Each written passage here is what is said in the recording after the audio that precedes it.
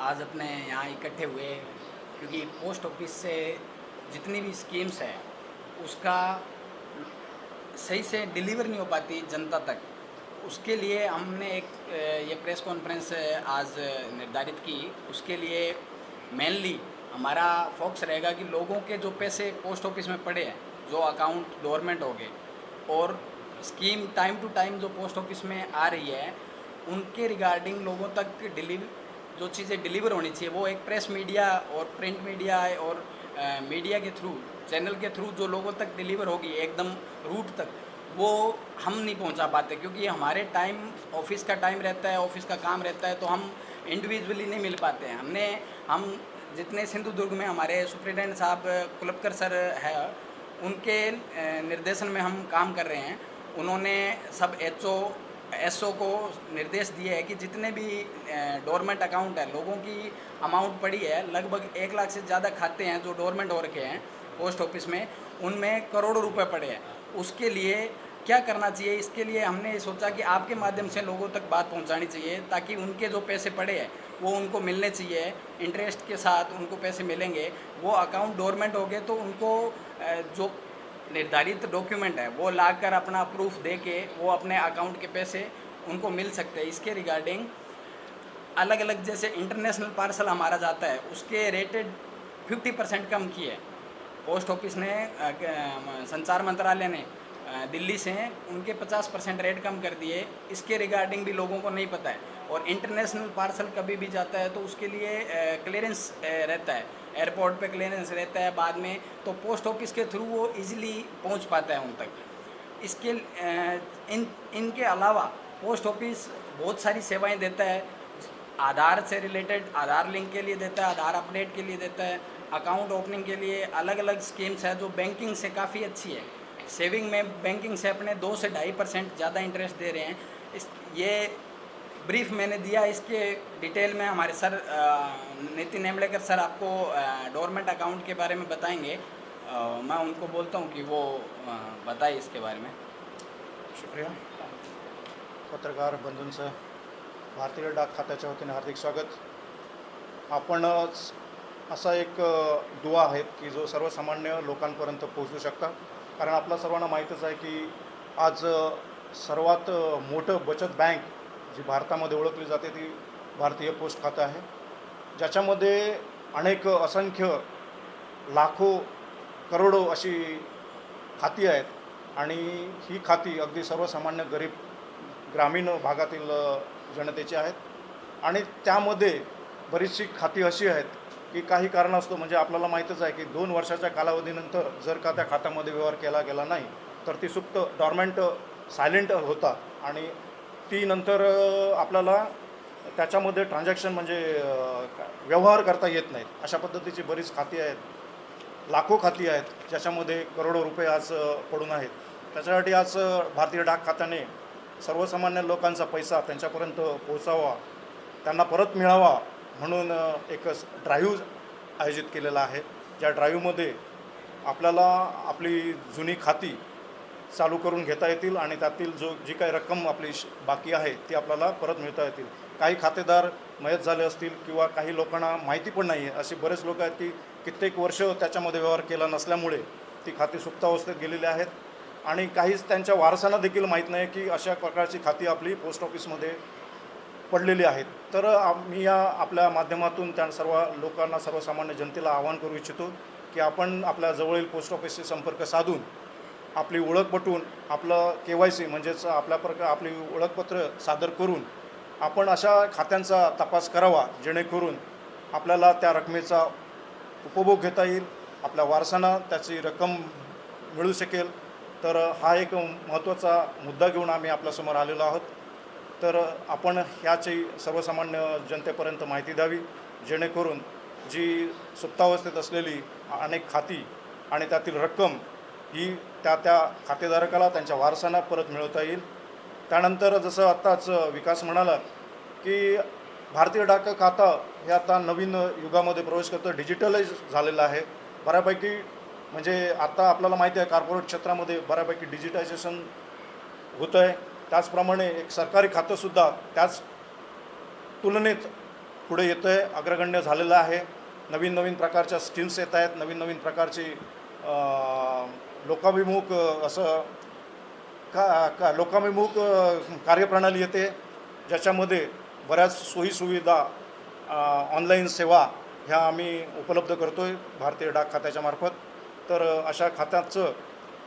अशा या भारतीय डाक खात्याचं मार्फत सर्वसामान्य जनतेला जास्तीत जास्त उपयोग व्हावा यासाठी माननीय ज्योतिरादित्य सिंधिया साहेब जे आपले आज संचार मंत्रालयाचे मंत्री आहेत, त्यांनी बऱ्याच प्रमाणात याचा जाहिरात केलेली आहे. पब्लिसिटीसाठी ते सुद्धा प्रेस घेतात. बऱ्याच प्रकारे मीडियामार्फत आपल्या ज्या स्कीम्स सर्वसामान्य जनतेपर्यंत पोहोचण्याचा प्रयत्न करत आहेत. आणि त्यांच्या आव्हानानुसार आम्हीसुद्धा एक या ग्रामीण पातळीवर या आमच्या भारतीय डाक खात्याचे मधील सर्व बचत योजना, त्यातील लोकांना देत असलेल्या आमच्या सेवासुविधा ह्यासुद्धा आम्ही पोचवण्याचा प्रयत्न करतो आहे. आपल्याला माहीतच आहे की आत्तासुद्धा बऱ्याच प्रमाणात राखी या परदेशामध्ये आम्ही पोचवलेल्या आहेत. त्यामुळे अशा पद्धतीने डिजिटल क्रांती म्हणा ही आपल्या भारतीय डाक खात्यामध्ये आलेली आहे. आणि त्या माध्यमातून आपण सर्वसामान्य जनतेला आवाहन करू इच्छितो की आपण जवळच्या डाक खात्यामध्ये, पोस्ट ऑफिस कार्यालयामध्ये संपर्क साधून जास्तीत जास्त सेवा आपण उपलब्ध करून घ्याव्यात, जेणेकरून पोस्ट खात्यांमार्फत ज्या काही सेवासुविधा आपल्याला पुरवण्यात आलेल्या आहेत त्याचा सर्वसामान्य जनतेला उपयोग होईल. मला सांगितले की सिंधुदुर्गात जी सुप्तावस्थेतली खाती आहेत ती किती आहेत आणि किती अमाऊंट आहे? साधारण आम्ही आता बोलल्याप्रमाणे लाखोचा एक्झॅक्ट फिगर मी आपल्याला देईनच नंतर, परंतु लाखोच्या संख्येने आहे आणि करोड तो एक कसा आहे, तो एक थोडासा रकमेचा जो डेटा डिक्लेअर केला होता त्याच्यात जेव्हा गेल्या वेळी डिसेंबर 31 डिसेंबर कधी लास्ट डेट होती हे करून घ्यायचं गेल्या वर्षी, त्यावेळी तुम्ही डेटा त्याचा केला. आम्ही किती केला 33,000 अकाउंट जवळजवळ होती जी 5 वर्षात झालेली मागच्या, आणि त्याच्यात 1.5 कोटी अमाऊंट पेंडिंग आहे. 33,000 मागच्या 5 वर्षातली मागच्या 5 वर्षात सगळी रक्कम 1.5 कोटी अमाऊंट 5 वर्षातली, त्याच्या आधीची पण खूप आहे. 5 वर्षामधली 33,000 सध्या लोक असतील या उद्देशाने आम्ही त्याची मोहीम हाती घेतली की ती लोकांना कॉन्टॅक्ट करून त्यांचे पैसे त्यांना लवकरात लवकर परत करता येतील. हा जिल्ह्यातला फक्त जिल्ह्याचा गेल्या 5 वर्षात मला ते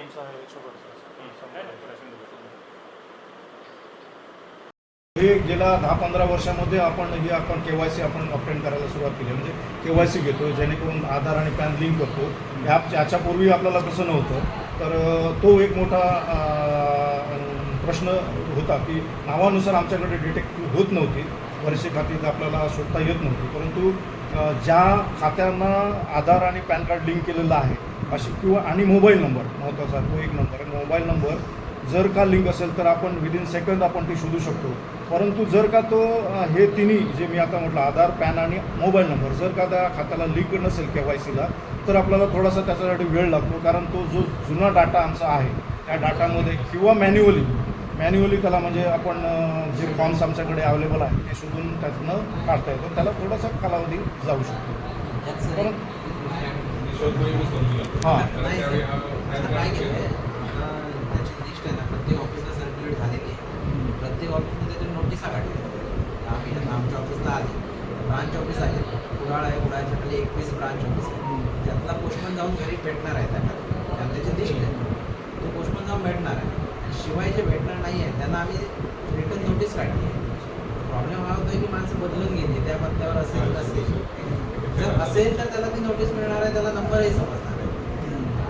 फक्त तो तिथून त्या पत्त्यावर नसेल आणि अन्यत्र कुठे माहीतच नाही, मग पोचता येणार पुढे त्याचं होतं. मग आता हे तुमच्या माध्यमातून त्याला असं मिळेल बाबा असं काहीतरी आहे म्हणून आता आम्ही आमच्या मार्फत लेटर काढून पोचण्याचा प्रयत्न करतो. मोस्टली जे खातेदार जे मयत झालेले आहेत ना त्यांच्यापैकी त्याच्याकडे हा प्रॉब्लेम येतो की केलं गेलं तर कुठे सापडली नाही सापडली. जागतिक बाजारपेठ आपल्यासाठी पूर्णपणे खुली झालेली आहे. प्रत्येकजण मोबाईलवरून ऑनलाईन परचेस करत आहे. त्याच्यामुळे जे खुल्या बाजारामध्ये खरेदी करण्याचं प्रमाण वाढलेलं आहे आणि अशावेळी जे छोटे MSMEs आहेत किंवा प्रोडक्शन हाऊस आहेत, ज्या प्रकारे आपल्या कुडाळ MIDCमध्ये आता नवीन नवीन स्टार्टअप येत आहेत, त्यांना कुठेतरी ट्रान्सपोर्ट आणि कुरिअरची सर्व्हिस मिळावी यासाठी पोस्ट ऑफिसने डोमेस्टिक प्लस इंटरनॅशनल अशा दोन्ही सर्व्हिसेस चालू केलेल्या आहेत. आणि त्याच्यामध्ये ह्या छोट्या MSME असतील किंवा मोठे होलसेलर असतील यांच्याशी आम्ही पार्टनरशिप करत आहोत. आणि हे टायअप केल्यानंतर कॉन्ट्रॅक्ट्स त्यांना इश्यू केलं जातं आणि ह्या कॉन्ट्रॅक्टमार्फत त्यांना जे रेट्स आहेत ते रिजनेबल रेट्समध्ये ऑल ओव्हर इंडियामध्ये कोणत्याही 32,000 जेवढे आमचे पिनकोड्स आहेत तिथे आम्ही डिलेवरी देतो. याच प्रकारे देशात आणि विदेशात देखील, विदेशामध्ये आपण पाहाल तर ITPS इंटरनॅशनल ट्रॅक पॅकेट सर्व्हिसेसच्या माध्यमातून 135 कंट्रीला आम्ही ही सर्व्हिस देतो आहे. त्याचबरोबर India post parcel international parcel या सर्व्हिसेसमार्फत 219 कंट्रीजना आम्ही सर्व्हिस देतो आहे. आणि बाकीच्या कुरिअर्सच्या बाबतीत जर कंपॅरिझन केलं तर जे पोस्ट ऑफिसचे रेट्स आहेत हे गव्हर्नमेंटचे असल्यामुळे हे रेट्स इतर कुरिअर कंपन्यांपेक्षा कमी आहेत आणि रिजनेबल आहेत. या संदर्भात आम्ही आता नवीन 1 तारीखपासून रिवाईज इश्यू झालेले आहेत रेट्स. जर आपण पाहिलं तर 1 किलोचं जर पार्सल असेल आपलं तर ऑल ओव्हर इंडियामध्ये आपण 52 रुपीजमध्ये पार्सल पाठवू शकतो, कुठेही तुम्ही पाठवू शकता. आणि स्पीड पोस्ट असेल जे विदिन 2 डेज 3 डेजमध्ये पोचतं आणि त्याला बाय एअर फॅसिलिटी आहे ते 57 रुपीज म्हणजे 5 रुपयाचाच आम्ही फरक ठेवलेला आहे. जर कोणाचं छोटे पॅकेट्स असतील तर त्यांना स्पीड पोस्टची सुविधा देता येते. आणि जे मोठे होलसेलर आहेत किंवा कॅशू पाठवतात, कोकम सरबत असेल, आपले जे कोकणी प्रोडक्ट्स आहेत ते पाठवत असतील तर त्यांना आम्ही पार्सलची सर्व्हिसेस पूर्ण इंडियामध्ये उपलब्ध करून देतो. त्याचबरोबर आम्ही आता DNK म्हणजे डाक निर्यात केंद्राच्या माध्यमातून 219 कंट्रीजना इंटरनॅशनलची जी सर्व्हिस आहे कुरिअर सर्व्हिस, ज्या प्रकारे बाकीच्या ज्या कंपन्या आहेत FedEx असेल, DHL आहे, त्याच प्रकारे इंडिया पोस्ट देखील आता नवीन त्यांच्यासाठी एक संधी घेऊन आलेला आहे. याच्या माध्यमातून आता आपल्या MIDCमध्ये आता मी बघतोय की रोज नवीन डेव्हलपमेंट होते. मागच्या काही वर्षापेक्षा आता नवीन स्टार्टअप्स खूप आलेले आहेत. आमची मीटिंग होत असते MIDC सोबत, त्यावेळी लक्षात आलं की नवीन एंटिटीज इन्स्टिट्यूशन चालू होत आहेत, नवीन कंपन्या इथे यायला लागल्यात. तर या कंपन्यांपर्यंत आमचे पोस्ट मास्टर असतील, त्यांचे सहकारी आहेत, मी स्वतः मार्केटिंग एक्झिक्युटिव्ह आहे, आम्ही सर्वजण तिथे प्रत्यक्ष जाऊन त्यांना ह्याची माहिती देत असतो, जेणेकरून हे लोक यांना आपण एक कुरिअर पार्टनर बनवून त्यांना सहकार्य करू शकतो, ज्याच्या माध्यमातून आपल्या लोकांचा इथल्या जे भूमिपुत्र आहेत त्यांचा जो बिझनेस आहे तो ग्रोथ होईल. आणि त्याच प्रकारे आता मी बऱ्याच ठिकाणी फिरत असतो, त्यावेळी लक्षात आलं की छोट्या गावामध्ये असेल तर आता लोक इंस्टाग्राम असेल, फेसबुक मेटा आहे, याच्यावरती किंवा लाईव्ह करतात आपलं. आणि वेबसाईटच्या माध्यमातून देखील वेगवेगळे जण हे करत असतात, ऑर्डर्स घेत असतात.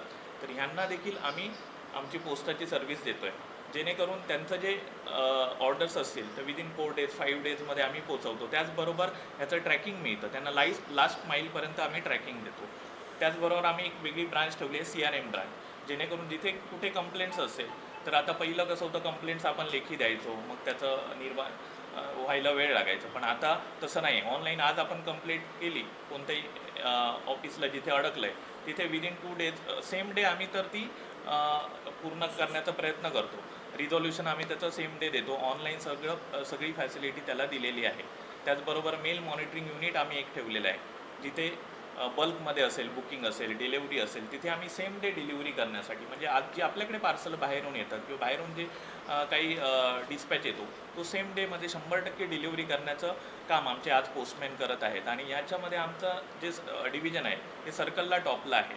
सिंधुदुर्ग जरी छोटा असला, इथलं जे रोडमॅप बघितला तर थोडंफार आपलं ट्रान्सपोर्टला खूपच प्रॉब्लेमॅटिक आहे, तरीसुद्धा ST टपालाच्या माध्यमातून काही ठिकाणी आम्ही बाय फूट टपाल केलेला आहे, म्हणजे सेम डे आम्ही सब ऑफिसला आमच्या आलेलं टपाल ब्रांच ऑफिसला पोहोचवतो आणि त्याच दिवशी ते डिलिव्हर केलं जातं.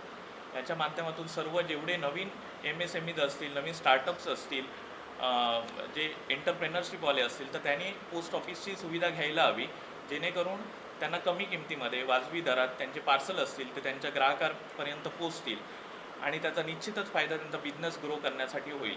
जेणेकरून आता जी प्रत्येकजण म्हणजे नोकरीच्या शोधात असतो, बाहेर जातो, पुणे मुंबईला सगळे आपल्याकडचे लोक जात आहेत, ते कुठेतरी इथे स्थिरावतील. छोटा बिझनेस का असे ना, काही ठिकाणी ग्राहक प्रत्यक्ष येत नाहीत, परंतु ते जेव्हा व्हिडिओ करतात सोशल मीडियाच्या माध्यमातून, ज्यावेळी आपली पब्लिसिटी करतात त्यावेळी त्यांना ऑर्डर्स मिळतात.